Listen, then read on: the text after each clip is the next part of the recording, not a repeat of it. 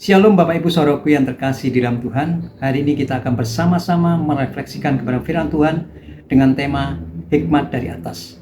Teks firman Tuhan terdapat dalam Yakobus pasal 3 ayat yang ke-17. Bapak Ibu Saudaraku yang terkasih dalam Tuhan, hikmat dari atas yang tidak berakar pada kecerdasan manusia atau pengetahuan duniawi, namun berasal dari sumber ilahi, yaitu Tuhan sendiri. Kita bisa membaca di dalam Amsal pasal 2 ayat yang ke-6. Ada 6 tanda hikmat dari atas dalam tindakannya. Yang pertama, kemurnian. Kata murni artinya benar-benar bersih dari kekotoran dan pencemaran. Seseorang yang disebut murni, yaitu memiliki motivasi murni dalam mengikuti Tuhan dan memiliki pelayanan murni kepada Tuhan. Kita bisa membaca di dalam Mazmur 119 ayat yang ke-9. Hikmat ilahi tidak dapat dipisahkan dari firman Tuhan yang berfungsi sebagai sumber bimbingan dan kemurnian moral. Yang kedua adalah cinta damai. Kata damai memiliki makna perdamaian yang dikaitkan dengan hubungan yang harmonis.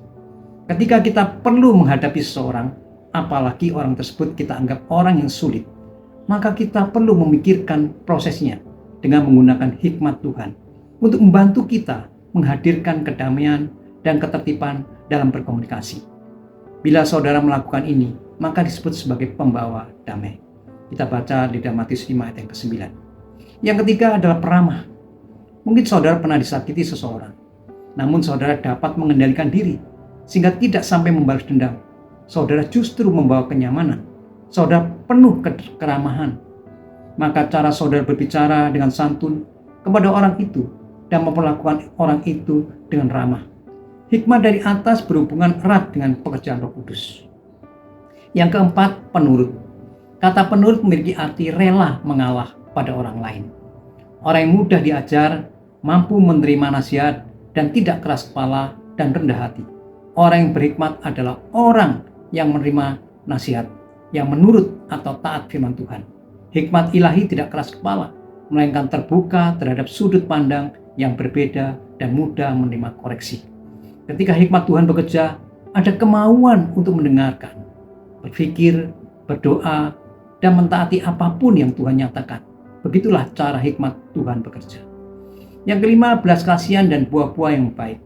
Hikmat ilahi memahami pentingnya belas kasihan, tetapi juga secara aktif menyebarkan kebaikan kepada orang lain. Hikmat ini bersifat belas kasihan dan menghasilkan buah yang baik dalam kehidupan orang yang memilikinya. Yang keenam, tidak memihak dan tidak munafik. Sebagai orang percaya, kita harus tulus dan transparan dalam tindakan dan perkataan kita. Karena ini adalah cerminan Kristus dalam diri orang Kristen. Segala sesuatu yang Tuhan katakan adalah kebenaran mutlak. Dan Tuhan itu kudus, dengan demikian semua yang Dia lakukan adalah kudus. Demikian pula sifat-sifat lainnya. Kita bisa baca di dalam 2 Korintus pasal 2 ayat yang ke-17. Sebagai kesimpulannya, hikmat dari atas didasarkan pada hubungan dengan Yesus Kristus. Hikmat Tuhan mengizinkan hikmat-Nya mengalir melalui kita. 1 Korintus 1 ayat 30. Apabila kita kurang hikmat, maka mintalah hikmat kepada Tuhan Yesus. Dan Dia murah hati. Dia akan beri kita hikmat yang kita perlukan.